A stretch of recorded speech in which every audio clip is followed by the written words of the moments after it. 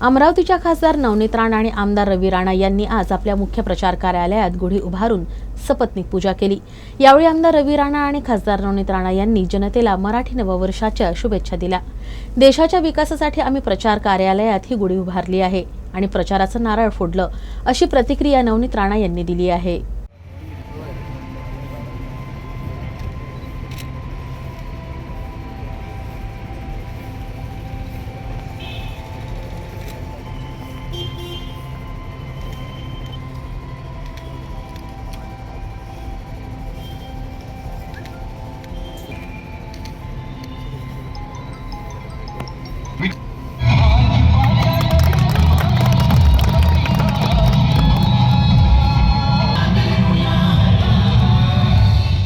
नेहमी या काळामध्येच आपलं पार्लमेंट राहायचं, तर दरवर्षी मी दिल्लीमध्ये दरवर्षी गुढीपाडव्याचा सण मी साजरा केला, कारण की हिंदू महाराष्ट्राचं नवीन वर्षाची सुरुवात आजपासून होत आहे।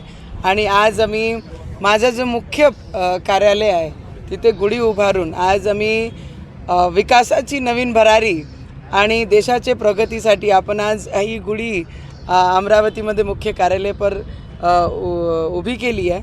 आणि त्याच्यासोबत आज आपण माझे प्रचाराचा नारळ फोडून आज आपण सुरुवातसुद्धा करणार आहे याच्या नंतर कारण की हिंदू महाराष्ट्र नवीन वर्षाची आज सुरुवात आहे आणि ते याच्यापेक्षा चांगला दिवस आपल्यासाठी कोणासाठी होऊ शकत नाही जे महाराष्ट्रामध्ये राहतात।